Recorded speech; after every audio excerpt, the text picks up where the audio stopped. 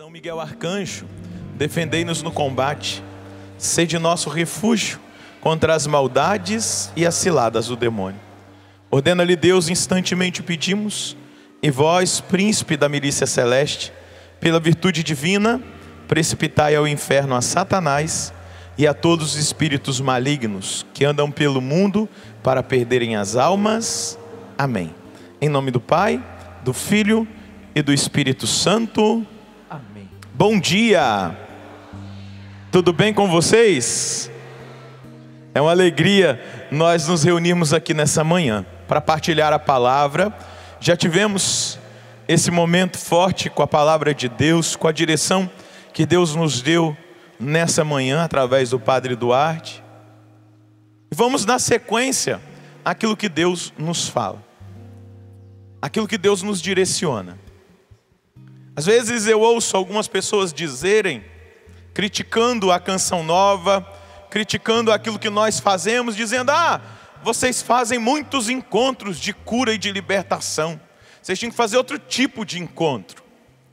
E quando eu ouço, eu faço como a Virgem Maria, guardo no coração e rezo. Porque o tempo que nós vivemos é um tempo complicado, é um tempo desafiador, é um tempo de uma mistura, de um sincretismo religioso que tem se tornado muito normal, muito comum. É assim mesmo. A gente vai perceber que a nova era, com seu espiritualismo, entranhou até mesmo em realidades eclesiais, dentro da própria igreja, nessa permissividade. É normal, é natural, é assim mesmo. Nós temos que usar as técnicas orientais, nós temos que usar porque é muito bom. Porém, o que eu acho de mais importante aqui, diante de um exorcista, diante de uma ministra de cura e de libertação, diante de uma comunidade que leva tão sério a palavra de Deus, é a oportunidade que nós temos de fazer aquilo que o profeta Joel faz como denúncia: o meu povo se perde por falta de conhecimento. E quem disse que um acampamento de cura e libertação não é um acampamento de formação? É sim, formação de consciência, proposta de conversão, de mudança de vida, entendimento da doutrina católica. Quem aqui é católico? Levanta a mão e diga: eu. Diga: sou católico e sou muito feliz por ser católico. E aplauda a fé católica.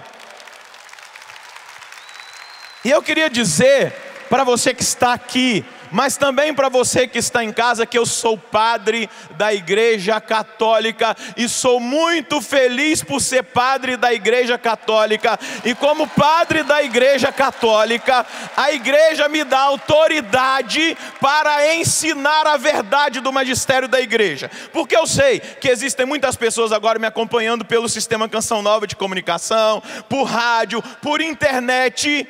E eu não posso ter medo de dizer o que a doutrina da igreja diz, com medo do que alguém que não é católico vai pensar.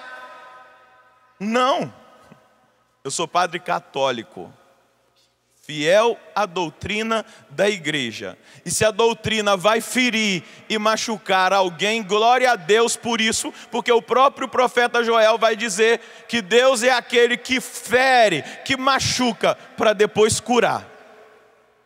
Então, a pregação é católica, nós estamos na igreja católica, esse sistema de comunicação é católico, amém? Então, entendidas as considerações iniciais, então as questões legais ficam bem claras. Os advogados, as ONGs, nós somos católicos e eu estou ensinando a doutrina católica, amém? Claro? Claríssimo. Abra Êxodos no capítulo 23, que foi a palavra que me foi apresentada para que eu partilhasse nessa manhã. Êxodos 23, versículo 20. Êxodo 23, 20. Sabe o que tem acontecido, irmãos? Nós temos nos intimidado tanto que o diabo tem ocupado os espaços que eram nossos. Nós temos ficado com tanto medo de falar a verdade, porque vão nos processar, que vão fazer isso, que vão fazer aquilo. E enquanto isso, o diabo está ocupando o espaço que era nosso. A gente agora entrou numa neura de que nós vamos machucar as pessoas se nós falarmos a verdade. Jesus nunca se preocupou com isso. Jesus nunca se preocupou com isso, porque Ele é a verdade, Ele é o caminho, Ele é a vida. E olha, Ele usava a palavra dura, chamava os fariseus de víboras, de hipócritas. Ele foi capaz de confeccionar um chicote e expulsar os vendilhões do templo.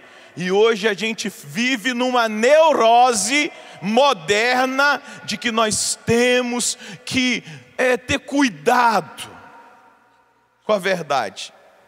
Isso aí é falsa profecia, isso aí é tentação do demônio, isso é opressão do demônio sobre nós, e nós não temos comunhão com o demônio aqui na Canção Nova. Nós somos de Jesus Cristo, que é caminho, verdade e vida. Amém?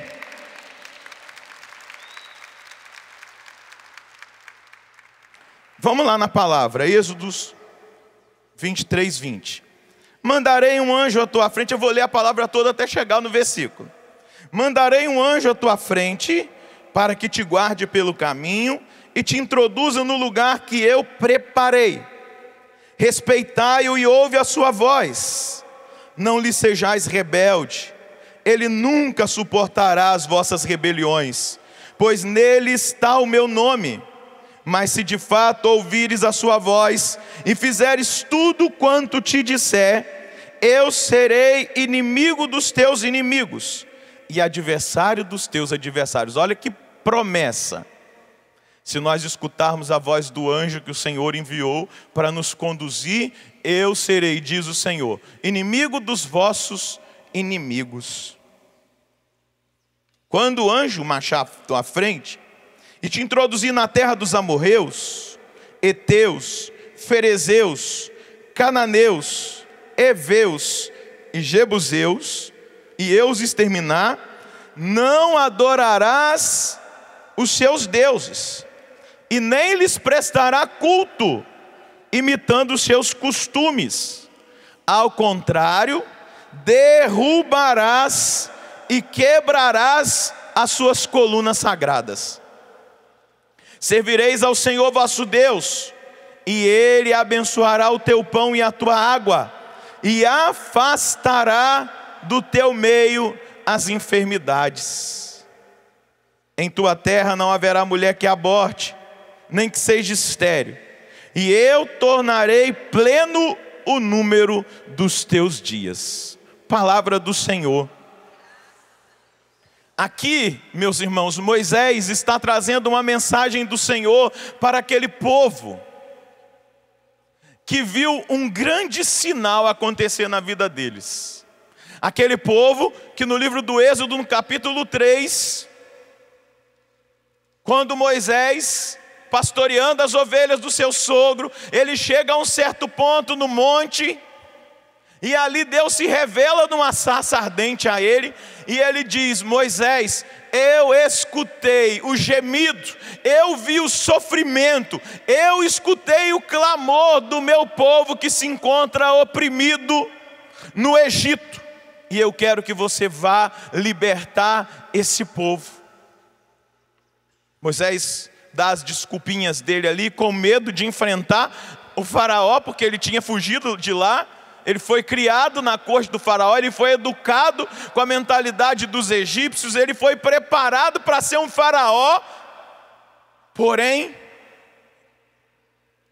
a sua raça, o seu povo, o seu coração foi mais forte do que as regalias que ele poderia ter, e se colocou em defesa de um dos seus irmãos hebreus, e ele teve que sair e ir embora e viver a provação da pobreza, da simplicidade, do sol, da chuva, dos cuidados de Deus, fazendo uma coisa simples, cuidando de ovelhas. E aqui Deus está dando a instrução, porque eles haviam saído do Egito, entrado no deserto, e eles tomariam posse de uma terra prometida. E nessa terra existia um povo, e esse povo era idólatra. Esse povo era um povo que não adorava o Deus verdadeiro, que adoravam a falsos deuses, que existia prática de magia, de feitiçaria, de consulta de mortos. E Deus é muito claro com esse povo na palavra: não adorarás os seus deuses, não lhes prestará culto imitando os seus costumes. Ao contrário, diz o Senhor, derrubarás e quebrarás as suas colunas sagradas, o seu lugar de idolatria, quebrará os seus falsos deuses, e me introduzireis como Senhor dessa terra. Isso está implícito aqui nas entrelinhas.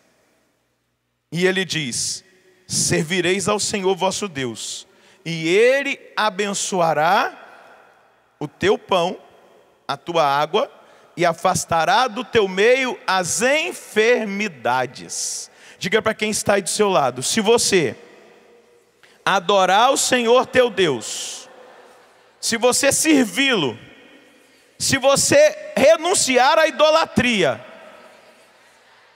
a promessa é: Ele abençoará o teu pão e a tua água. Eu creio que isso aqui cai muito para nós aqui no Sudeste nesse tempo de seca. Abençoará a tua água. Nós estamos com falta de água. Vamos avaliar as opções, as decisões, a quem nós temos adorado, a quem nós temos servido, a quem nós temos buscado. Ele abençoará o vosso pão, a vossa água. E diga para quem está do seu lado: afastará do teu meio todas as enfermidades. Diga: oh glória a Deus. Afastará do teu meio todas as enfermidades. Mas existe, pode aplaudir o Senhor, mas existe um critério: servir ao Senhor. E esse servir está vinculado à questão do Senhor, do Kyrios, que Paulo depois vai dizer, lá na carta aos Filipenses: diante do nome do Senhor, diante do nome de Jesus, se dobra todo o joelho, no céu, na terra e debaixo da terra, e toda língua confessa para a glória de Deus Pai o seu louvor, que na verdade Jesus Cristo é o Senhor. Nós somos servos e obedecemos. A função de um servo é obedecer à voz do seu Senhor. Por que que Deus está falando pela boca de Moisés isso? Porque Ele está dizendo para aquele povo: se vocês me servirem, se vocês forem submissos, se vocês me obedecerem, se vocês romperem com a idolatria, se vocês abandonarem os falsos deuses, se vocês derrubarem os postes de idolatria, eu abençoarei o pão, abençoarei a água, e não haverá enfermidades, eu afastarei do meio de vós as enfermidades. Hoje nós sabemos pelos estudos, sejam eles teológicos, filosóficos, mas também científicos, que não existe só enfermidade física. A enfermidade física muitas vezes é a manifestação de um outro tipo de enfermidade. Muitas vezes o nosso físico reage com a doença a problemas emocionais, a traumas, a mágoas, a ressentimentos, a ódio, a estresse, a raiva.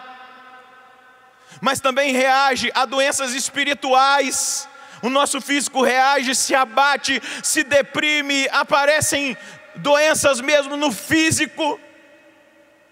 Não entenda a enfermidade só: o canceroso vai ser curado do câncer, o paralítico vai voltar a andar, o cego vai voltar a enxergar. Nós temos que ir no cerne do problema. Lembra quando aqueles 4 homens levaram uma maca e fizeram o esforço de passar no meio de uma multidão, e eles passaram pelo telhado, desceram a maca aonde Jesus estava, e Jesus não disse imediatamente para aquele homem: levanta e anda. Não, Jesus olhou para ele e disse: os teus pecados estão, o quê? Perdoados.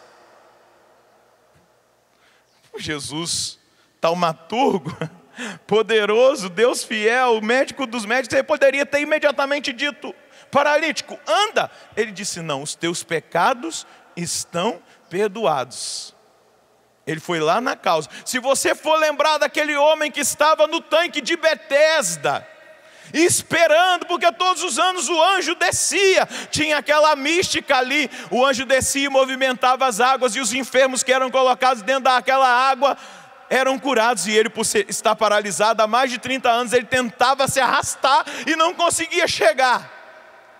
Outros chegavam na frente e eram curados, e ele permanecia doente. Jesus chegou e tocou nele e o curou. Esse Jesus, a fonte da água da vida. Depois, um pouquinho mais para frente, Jesus está no templo e ele encontra aquele homem. E olha o que Jesus diz para ele: não voltes a pecar, porque se você voltar a pecar, te acontecerá coisas ainda piores do que aquelas. Você está entendendo que existem raízes na nossa vida que são causas? O pecado é uma delas. As máquinas vão trabalhar isso aí durante o acampamento, não vou entrar em outros temas não, mas o nosso ser, ele é um ser completo. É a mente, é a psique, é o espírito, é o físico, é a alma. E Deus está prometendo que aqueles que tomarem a firme decisão da servidão, e entenda nessa época que existia os escravos, a mentalidade daquilo que está sendo escrito aqui, da realidade cultural, ela está dentro daquela visão do escravo, do servo, daquele que tem que fazer. Se o Senhor está dizendo: limpa esse chão com a sua língua, ele vai ter que limpar, porque ele é servo, ele é escravo. Quando você vai ver a Virgem Maria lá no Magnífica, ou melhor, depois do anúncio do anjo, ela vai dizer: eis aqui a escrava do Senhor, faça-se em mim segundo a vossa palavra. A serva do Senhor, eu já não tenho mais vontade, seja feita a tua vontade. Mas eu queria que você fosse no livro do Deuteronômio, no capítulo 7. Vamos caminhar dentro dessa realidade para nós entendermos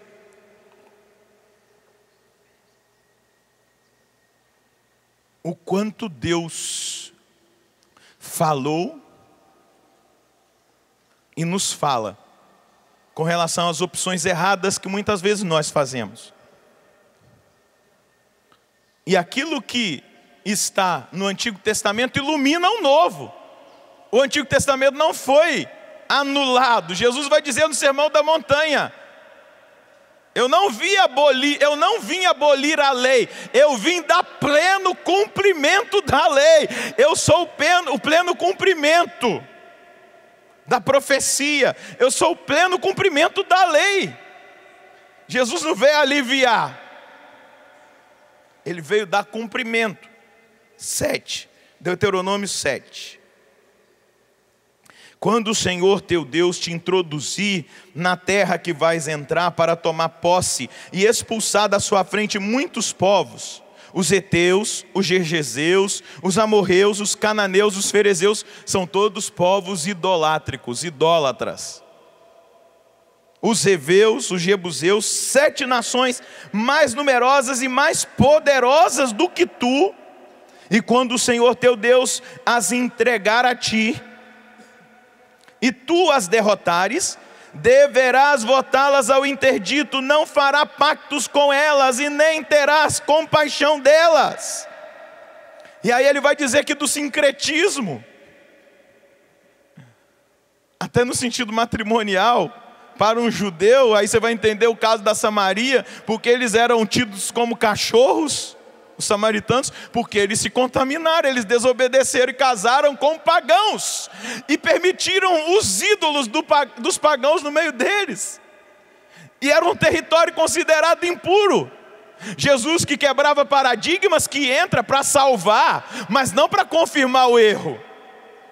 E ele vai continuar: não contrairás matrimônio com elas, não darás tua filha a um dos seus filhos, nem tomarás uma de suas filhas para o teu filho, porque elas afastariam teu filho de mim, e o arrastariam a servir outros deuses, e a ira do Senhor se acenderia contra vós, e vos destruiria prontamente. Pelo contrário, assim devereis proceder com eles, derrubareis os seus altares. A palavra é sempre essa: a quebra da idolatria. Derrubareis os seus altares, quebrareis as colunas sagradas, rachareis no meio os postes sagrados, e lançareis ao fogo as imagens talhadas. Pois tu és o meu povo consagrado ao Senhor teu Deus. O Senhor teu Deus te escolheu dentre todos os povos da terra, para ser o seu povo particular. Diga, batendo no peito: eu sou esse povo, eu faço parte desse povo, escolhido dentre todos os povos da terra, para ser seu povo particular. Pertença do Senhor. Ele me escolheu, e eu não posso trair essa escolha. Eu preciso levar a sério, e não posso permitir nenhum tipo de idolatria, de falso Deus na minha vida, mesmo que essa realidade venha marcada por uma transferência afetiva de avós, bisavós, tataravós, que foi passando de pai para filho, e que possa ainda existir na minha vida, na minha família. Eu sou membro do novo povo de Deus, o povo escolhido. Aí eu estou usando a linguagem do Concílio Vaticano II, porque a reflexão do Vaticano II é que nós somos o novo povo de Deus. Como Israel era o povo de Deus eleito e escolhido, a reflexão teológica do Vaticano II é que nós somos o novo povo de Deus, esse povo escolhido, um povo que Deus quer como sendo seu povo particular, sua pertença. E continua: o Senhor afeiçoou-se de vós, e vos escolheu não para serdes mais numerosos que os outros povos. Na verdade sois o menor de todos, mas sim, porque o Senhor vos amou e quis cumprir o juramento que fez aos vossos pais. Foi por isso que o Senhor vos fez sair com mão forte, resgatando-vos da casa da escravidão, das mãos do Faraó, rei do Egito. Saberás, pois, que o Senhor teu Deus é o único Deus, um Deus fiel, que guarda a aliança e a misericórdia até 1000 gerações, para aqueles que o amam e observam os seus mandamentos. Veja só como que a nossa decisão hoje abençoa as gerações. Nessa hipérbole da palavra, 1000 gerações abençoadas por aqueles que optam pelo Senhor. Você quer que os seus filhos sejam abençoados? Você quer que os seus netos sejam abençoados? O segredo é tomar a decisão de amar, adorar e servir o único Deus, e romper com a idolatria. Se existe alguma transferência idolátrica na sua casa, na sua família, práticas de oração que não vieram da igreja, que não são inspiradas, que até tem ali uma ideia de que é para fazer o bem, mas que está dentro da realidade dos poderes ocultos, é hora de tomar uma decisão de libertação em benefício do seu povo, da sua raça, da sua família. 1000 gerações, vai dizer o Senhor, mas castiga aquele que o odeia, fazendo-o perecer. Não deixe esperar, mas dá-lhe imediatamente o castigo merecido. Guarda, pois, os mandamentos, as leis e os decretos, que hoje eu te prescrevo, pondo-os em prática. Se ouvires estes preceitos e os puserdes fielmente em prática, o Senhor teu Deus guardará a teu respeito a aliança e a misericórdia que jurou aos teus pais. Ele te amará, Ele te abençoará, te multiplicará. Diga para quem está do seu lado: Ele te amará, te abençoará. Dá uma sacudidinha nele aí de leve e diga: você será abençoado. Entenda isso. O Senhor vai te abençoar. Ele vai te amar. E você se multiplicará. Vai ser multiplicador das bênçãos para gerações futuras. E continua a palavra: abençoado será o fruto das tuas entranhas, o fruto do solo, o teu trigo, o teu vinho, o teu azeite, as crias das tuas vacas, as crias das tuas ovelhas. Lembra que é uma cultura patriarcal, que eles criam gado, ovelhas, que eles plantam. Mas traga isso para a realidade atual. Ele abençoará o seu trabalho na terra que a teus pais Ele jurou dar. Serás mais abençoado que todos os povos. Olha que promessa. Não haverá estéril de nenhum sexo, nem no meio de ti, nem entre os animais. E aí a confirmação da mesma palavra que nós escutamos no Êxodo. O Senhor afastará de ti qualquer espécie de enfermidade. Não te fará sentir nenhuma das epidemias funestas do Egito que conheces, mas afligirá com elas os que te odeiam. Veja, irmãos, a importância da nossa adesão a Cristo. Veja a importância da nossa decisão em servir o Senhor. As promessas de Deus são grandes. E eu gosto muito de uma frase do nosso Papa Emérito, Bento XVI, que ele vai dizer: as promessas do Senhor são maiores do que as nossas expectativas. Às vezes nós temos pouca expectativa diante de uma promessa tão grande. A carta aos Hebreus, no capítulo 4, no versículo 12, vai nos dizer: a palavra é viva, ela é eficaz. Essa palavra é palavra para a minha vida hoje, é bênção para a minha vida hoje.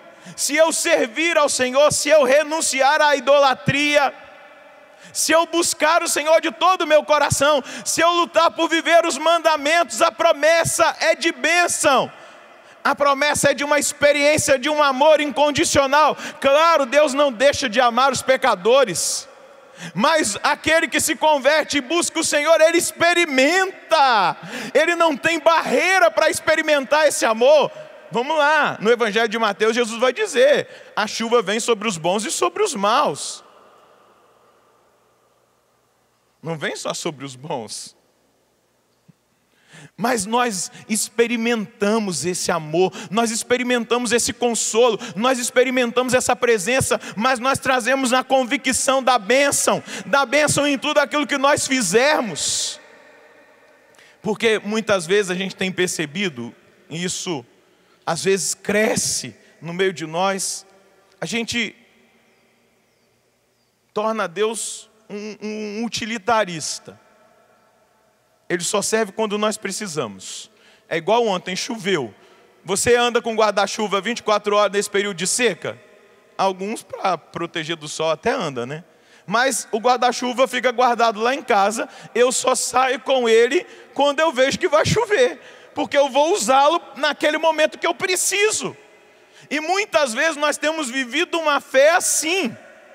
A gente só busca Deus quando a gente precisa. A gente só lembra de orar quando a gente precisa. A gente só busca a palavra quando a gente precisa. Ah, vai ter indulgência plenária, eu vou no cemitério orar pelas almas, rezar lá o creio, Pai Nosso, Ave Maria, o Glória ao Pai, oferecer pelo Santo Padre. Ah, na festa da misericórdia, porque tem indulgência, eu vou me confessar. Tem até briga aqui na Canção Nova, nos confessionários, na festa da misericórdia. Mas e o resto do ano? E o resto do ano? Um Deus utilitarista, parece um guarda-chuva, só é usado quando eu preciso, só é buscado quando eu preciso, só é utilizado. Aí eu leio a Bíblia, nossa, é uma campanha de oração, se é para eu receber, eu vou ler a Bíblia todo dia, porque lá disseram para ler o salmo tal, depois passou a campanha de oração, bye bye Deus, goodbye my Lord. A bênção vem sobre aquele que toma uma decisão de servir. Olha o nosso tema, ele cura os corações atribulados, ele sara as feridas. Mas daquele que o procura constantemente, que é servo, que não vive de momento, mas que toma decisões concretas na direção desse Deus.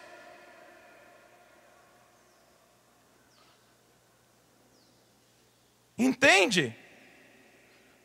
A palavra de Deus ela é muito clara.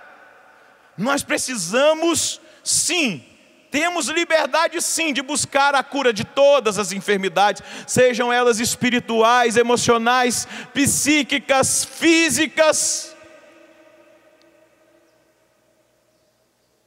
Mas nós temos a obrigação, entre aspas, com essa palavra que eu não gosto muito dela, porque desde quando eu conheci Jesus há 20 anos atrás, que Ele mudou a minha vida, que Ele falou ao meu ouvido que eu só o procurava quando eu precisava.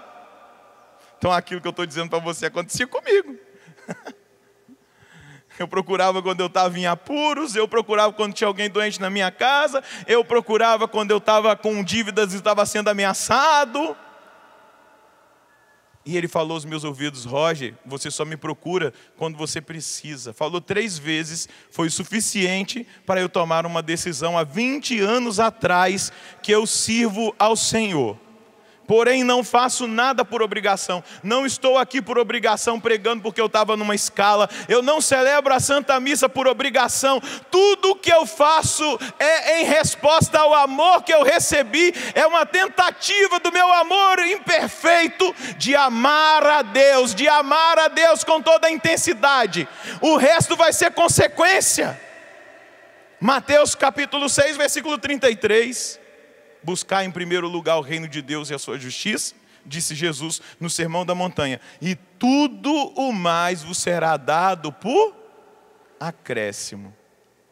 Mas eu não busco a Deus por acréscimo, eu não amo a Deus pelo acréscimo que Ele vai me dar, eu não faço para Deus o que eu faço, eu não adoro o Santíssimo porque Ele pode me dar alguma coisa. Não, é por amor que eu adoro a Jesus todos os dias, é por amor que eu rezo o terço, é por amor que eu rezo as orações que eu preciso rezar da minha consagração a Nossa Senhora, é por amor que eu estudo a Bíblia todos os dias, é por amor, é por necessidade de correspondência, porque a amizade, ela exige correspondência. Se Deus é meu amigo, eu preciso corresponder com essa amizade. Não existe amizade só de uma pessoa, é preciso devolver, mesmo de uma forma imperfeita, mas é preciso devolver. Eu não consigo amá-lo como Ele me ama. Eu fico com dúvida, igual Pedro. Pedro, tu me amas? Ágape, ele usa a palavra ágape em 2 vezes. E Pedro responde com amor de amizade, de filia. Até que na 3ª vez Deus desce na condição de Pedro. Jesus ali na beirada do lago, depois da ressurreição. E Ele usa a palavra filia. Pedro, tu me amas. E aí quando Pedro responde, até mesmo com uma certa angústia no coração, ele fala: Senhor, tu sabes tudo. Tu sabes que eu te amo. E Jesus diz para ele: apacenta as minhas ovelhas. Pedro tinha negado ele 3 vezes. Pedro tinha dúvida se ele ia dar conta. Mas existia no coração dele um desejo de correspondência. Diga comigo hoje, Senhor, nessa certeza de que o Senhor é esse Deus de promessas, que vai dizer na tua palavra que afastará toda espécie de enfermidade daqueles que te servirem e te buscarem. Hoje eu quero, Senhor, romper com essa doença da idolatria, com essa mentira da idolatria. Senhor, muitas vezes eu sou tentado à idolatria, a buscar, Senhor Deus, aonde eu não deveria, porque eu não consigo enxergá-lo, eu não consigo tocá-lo de uma maneira concreta, palpável. Mas, Senhor, hoje eu quero acreditar na sua palavra. E a sua palavra é uma palavra de promessa. E a promessa é: eu afastarei de ti qualquer espécie de enfermidade. E eu já estou pedindo, Senhor, nessa palavra, afasta a enfermidade espiritual, da idolatria. Eu renuncio agora, em teu nome, a todo tipo de idolatria que eu tenha vivido até o dia de hoje, porque eu não quero mais essa enfermidade na minha vida. Eu quero assumir: tu és o meu único Senhor, o meu único Salvador, o meu único Redentor, o meu único Libertador. Eu quero viver, Senhor, debaixo da tua palavra. Eu quero, Senhor, fazer esse compromisso de viver debaixo da tua palavra e da tua promessa. Veja o que a doutrina da igreja no catecismo vai dizer sobre a idolatria. Anota aí para depois você ler. Quem aqui é católico, diga eu. Quem é católico, diga glória a Deus. Então é a doutrina católica. Existe um compêndio, um resumo de toda a doutrina da igreja no catecismo.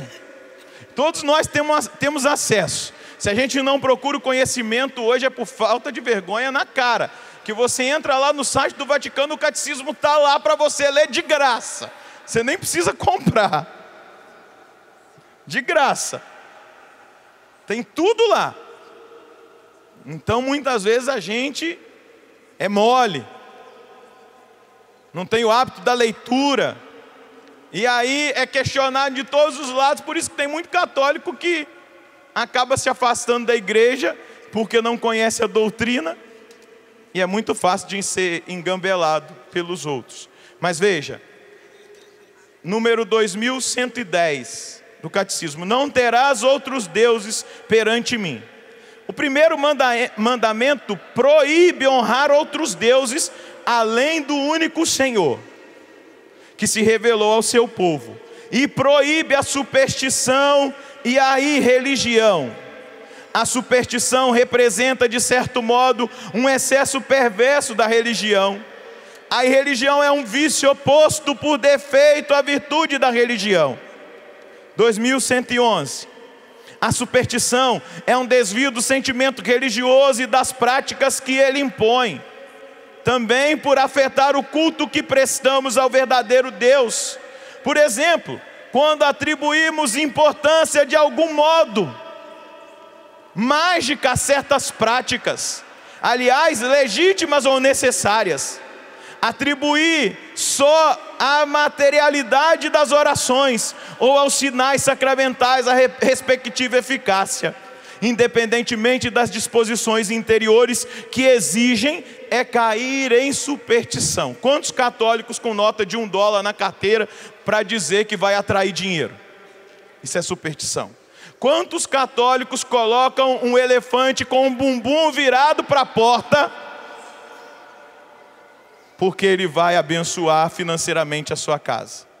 Quantos católicos com ferradura pendurada, porque a ferradura vai espantar o mal-olhado?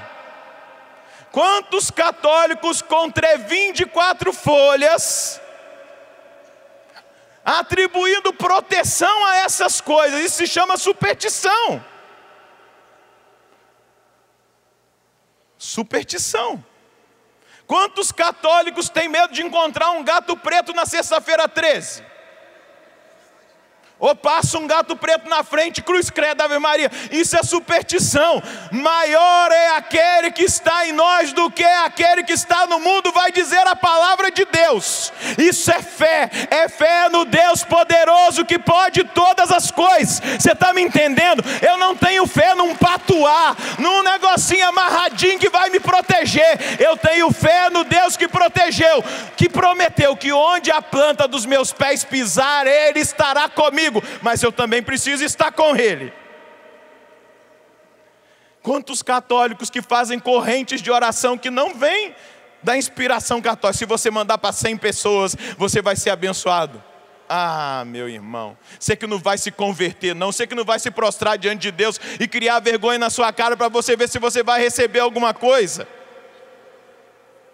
Quantos católicos fazendo a novena dos 7 arcanjos, sendo que a igreja diz que existe 3, usando artifícios da cabala, que é uma seita judaica e que tem se espalhado essa prática oculta. Quantos católicos imersos na superstição têm medo de passar debaixo de uma escada? Já foi até atropelado na rua por uma bicicleta, porque tinha uma escada, teve que correr para o meio da rua. Ave Maria, não vou passar debaixo da escada. Isso se chama superstição, isso se chama idolatria. Confiar naquilo que é, colocar a confiança total naquilo que não merece a nossa confiança, mas até mesmo os nossos objetos religiosos. Cara, já está lá na Dutra, esqueceu o terço. Ah, eu estou desprotegido porque eu não levei meu terço. Volta, faz o caminho todo. Espera aí. O terço é um instrumento de oração, é um sacramental. Mas Deus, querido, você não acredita que Ele está com você? Eu ando muito sozinho de carro, dirijo horas e horas e horas em missão, quando eu vou na casa da minha família. E eu sempre vou sozinho, mas na certeza de que tem alguém do meu lado, comigo. Na verdade, o carro vai cheio. Esses dias eu estava em casa, aí eu fui buscar uma pessoa para uma missa que eu ia celebrar, e aí ela sentou no banco de trás, ela falou assim: mas o banco está quente. Eu falei: porque Nossa Senhora está sentada aí. Deus está comigo, a Virgem Maria, os anjos. Eu não preciso confiar, colocar a minha confiança, tirar a confiança de Deus. Ave Maria, quebrou a imagem de Nossa Senhora, uma maldição agora está na nossa. Compra outra. Manda o padre abençoar e coloca no lugar. A gente tem que colocar, eu disse de coisas supersticiosas do outro lado, mas estou dizendo que nós também temos tornado supersticiosos com as coisas da igreja. Que não deve ser assim. Olha aqui, o catecismo vai dizer isso. Quando atribuímos uma importância de algum modo mágica a certas práticas, aliás, legítimas ou necessárias, atribuir só a materialidade das orações ou aos sinais sacramentais, a respectiva eficácia independente das disposições interiores que exige cair em superstição. A disposição interior, a minha entrega a Deus, a minha servidão, de nada valerá tudo isso. Isso aqui é a igreja que está dizendo. Idolatria, número 2112. O primeiro mandamento condena o politeísmo, a crença em vários deuses. E hoje a nova era tem espalhado o panteísmo. Tudo é Deus. Um espiritualismo. Quantos católicos ficam recebendo energia debaixo de pirâmide? Recorrendo a essas práticas de filosofias orientais. Ah, padre, mas lá na minha paróquia tem curso disso, tem curso daquilo. Entra no site do Vaticano, na Sagrada Congregação para a Doutrina da Fé, e lá tem um documento do cardeal Ratzinger falando das filosofias orientais.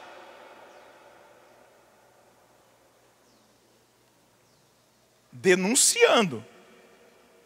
Muitas vezes por culpa nossa, até mesmo ele diz, porque a gente está tão barulhento, que às vezes a pessoa vai buscar numa meditação transcendental a paz que ela não consegue mais achar na nossa igreja. Porque é uma correria, é uma loucura, e a pessoa não consegue viver uma introspecção necessária para experimentar o mistério que é celebrado. Muita culpa nossa, minha. Mas é necessário uma decisão. Exige do homem que não acredita em outros deuses além de Deus, que não venere outras divindades além da única. A Sagrada Escritura está constantemente a lembrar essa rejeição dos ídolos, ouro e prata, obras das mãos dos homens, que têm boca e não falam, que têm olhos e não veem. Estes ídolos vãos tornam vão o homem. Sejam como eles os que os fazem e quantos põem neles a sua confiança. Deus, pelo contrário, é o Deus vivo, que faz viver e intervém na história. Diga para quem está do seu lado: Deus é o Deus que faz viver e intervém na história. Pergunta para quem está do seu lado: eu acho que você veio aqui porque você precisa de uma intervenção de Deus na sua história. É isso? Pergunta, é isso? Quantos aqui precisam de uma intervenção de Deus na sua história? Levanta a mão e diga eu, bem forte. A igreja está dizendo para nós que o Deus que nós servimos é o Deus vivo, que faz viver e que intervém na nossa história. Mas é Ele, não são os falsos deuses, não é a mentira que é ensinada aí fora. E continua o catecismo, 2113. A idolatria não diz respeitos apenas aos falsos cultos do paganismo. Continua a ser uma tentação constante para a fé. Ela consiste em divinizar o que não é Deus. A idolatria desde o momento em que o homem honra ou reverencia uma criatura em lugar de Deus. Quer se trate de deuses ou de demônios, por exemplo, no satanismo.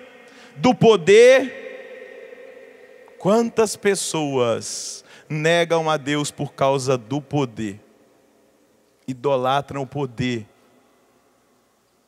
matam o irmão por causa do poder. Não matar simplesmente de dar um tiro, não, mas pisa, calunia, humilha, porque idolatra o poder está no lugar de Deus.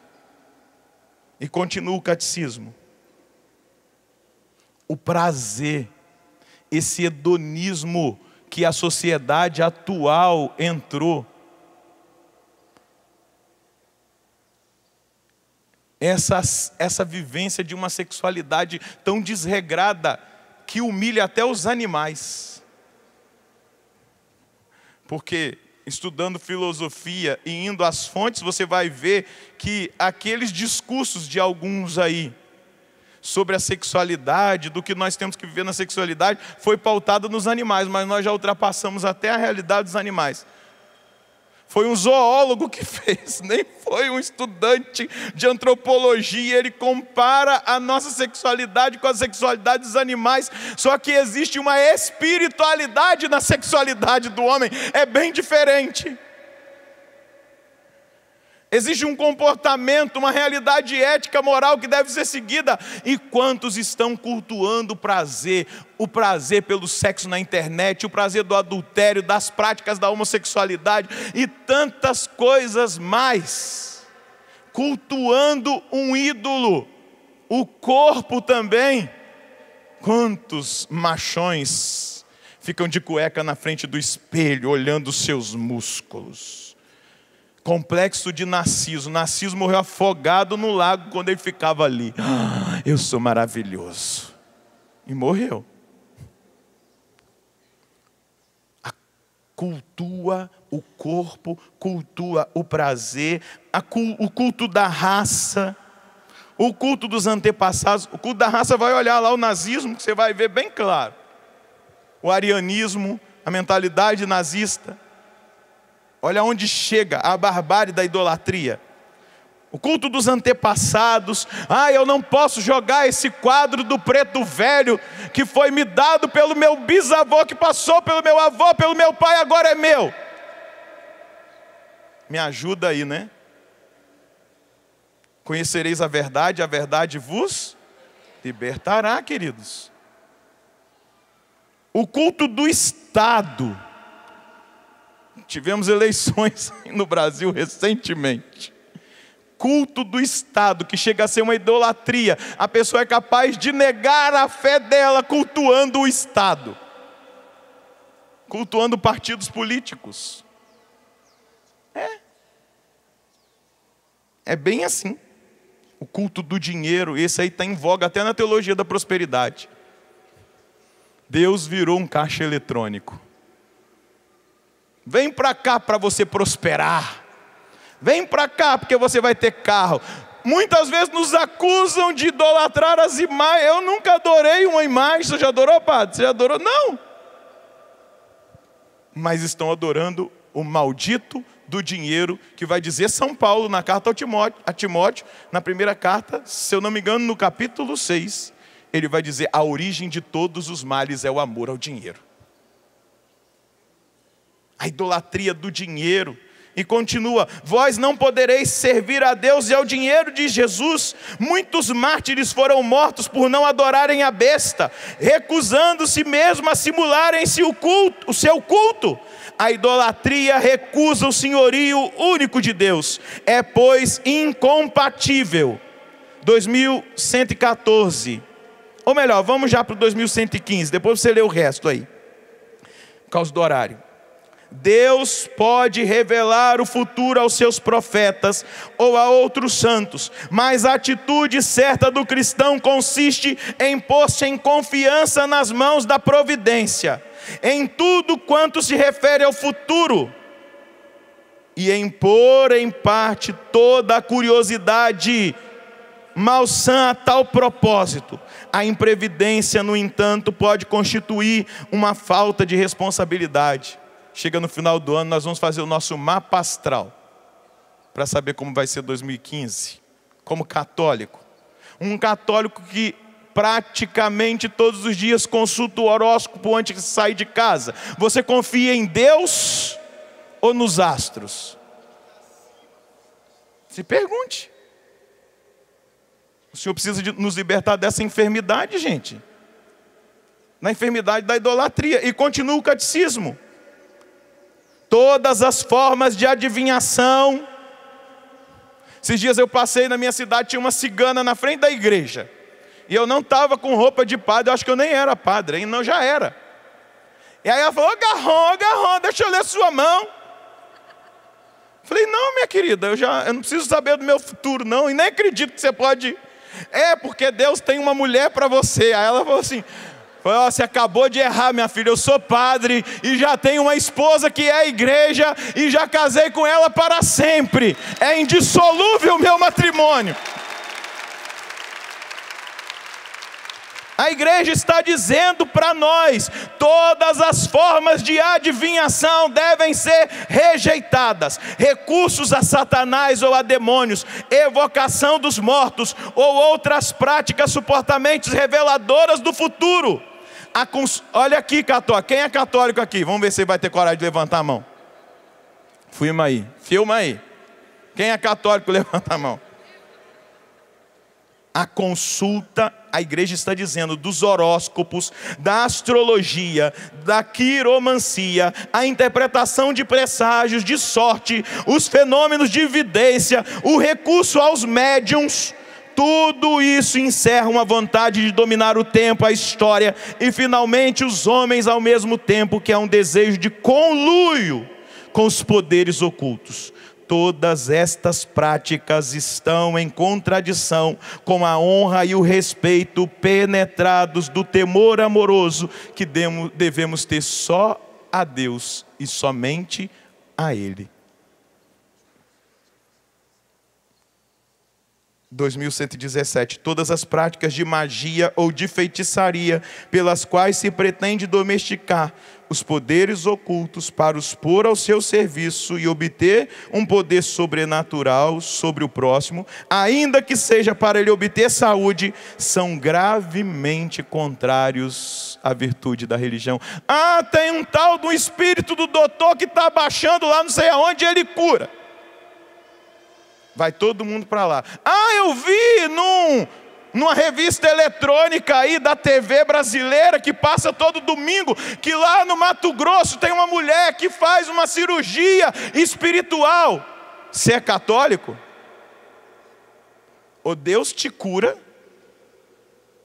ou você vai entregar sua alma para o demônio. É melhor você morrer com essa doença e ir para o céu do que você ser amarrado por Satanás a sua vida inteira.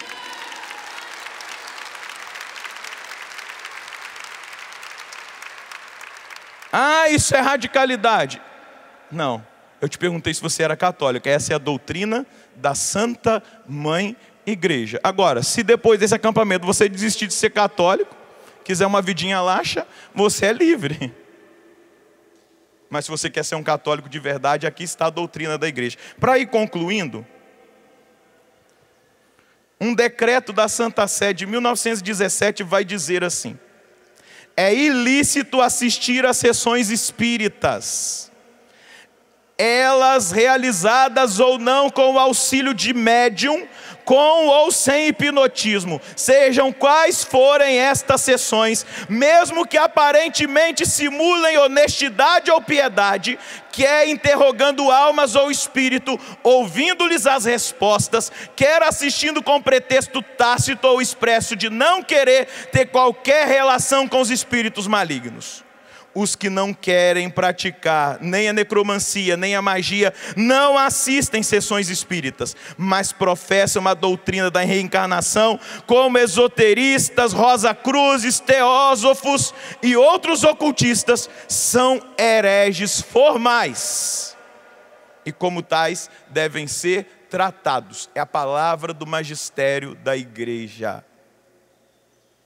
Por que eu estou dizendo isso? Porque se você se engabelou na mentalidade da reencarnação, se você que não acha que não tem nada a ver, ir na missa do domingo, acender a vela para Deus e depois ir no centro espírita na sexta-feira para tomar aguinha de rosa, tem tudo a ver. A doutrina da sua igreja está dizendo que é incompatível com a virtude da religião. Não existe católico espírita. Ou você é uma coisa ou você é outra. Não há compatibilidade, e estou sendo claro, respeitando, não provocando nenhum tipo. Eu não estou aqui falando das pessoas, estou falando de uma doutrina. Não quero provocar nenhum tipo de preconceito, nós não temos preconceito com essas pessoas, porém a verdade da doutrina católica é essa: Jesus Cristo é o único Senhor. Carta aos Hebreus, capítulo 9. A palavra é muito clara para você que ainda tem dúvidas. Carta aos Hebreus, no capítulo 9, no versículo 27, é como está determinado. Os homens morrem uma única vez. E depois vem o julgamento. Você acredita na palavra de Deus? Sim ou não? O homem está determinado. Por quem? Por Deus. Que o homem morre uma única vez. Esses dias eu ri tanto, meu Deus. Ri para não chorar, né? Uma pessoa chegou para mim e falou assim: na outra encarnação eu era um gato. Eu falei: meu Deus do céu. Meu Deus do céu.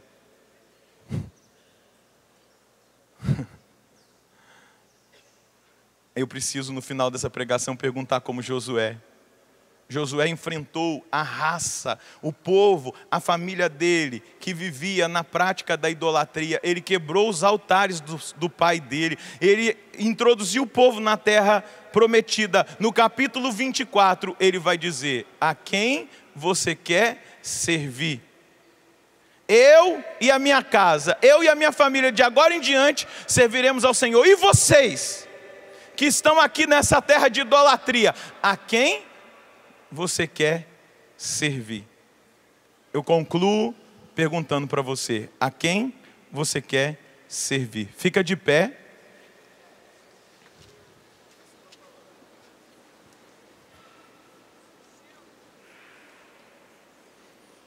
O Senhor afastará de ti qualquer espécie de enfermidade. Eu queria convidar você, nesse momento, a fechar um pouquinho os seus olhos.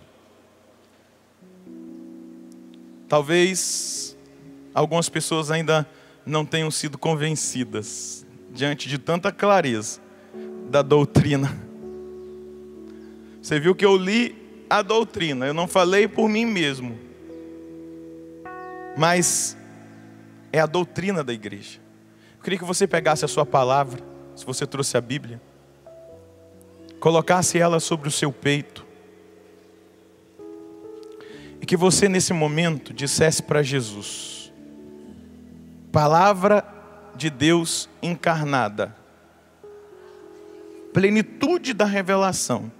Diga: Jesus, eu quero que o Senhor me liberte de toda enfermidade espiritual. Eu toco com a sua palavra no meu coração, como sinal de que a partir deste dia, a partir desta hora, eu quero assumir que só o Senhor é Deus. Que só o Senhor é o Deus verdadeiro, justo, santo, fiel. E eu quero, Senhor Jesus, assumir o seu senhorio para a minha vida.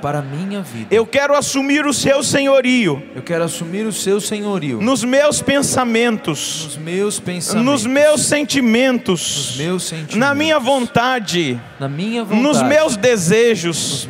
Eu acredito na tua promessa. Que se eu decidir-me por servi-lo de todo o coração, que o Senhor é capaz de me livrar, de afastar de mim todas as enfermidades. Nessa hora, Senhor, eu quero renunciar a todo e qualquer tipo de enfermidade. As enfermidades físicas, emocionais, psicológicas, mas especialmente, Senhor, as enfermidades espirituais. Senhor, por falta de conhecimento, muitas vezes, Senhor, eu me afastei da sua palavra, da sua verdade. Eu busquei fora de ti, fora da igreja, fora da doutrina da igreja, buscando na superstição, nas doutrinas espíritas. Eu busquei nos astros. Muitas vezes, Senhor Deus, enganado por falta de conhecimento. Mas hoje, Senhor, diante da sua verdade, eu não posso ficar indiferente. E eu estou tomando uma decisão.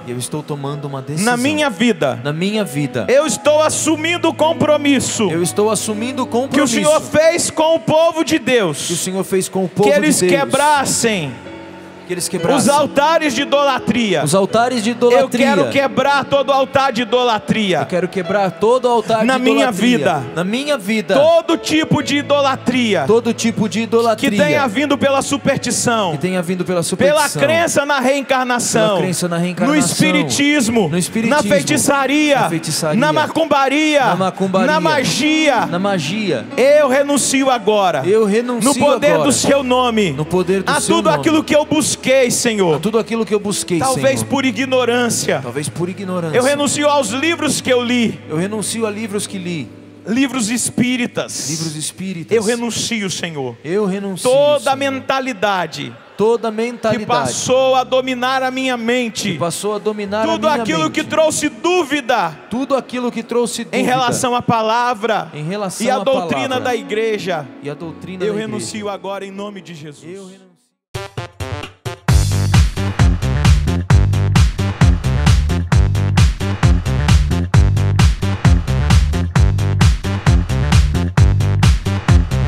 cançãonovaplay.com. Assine já!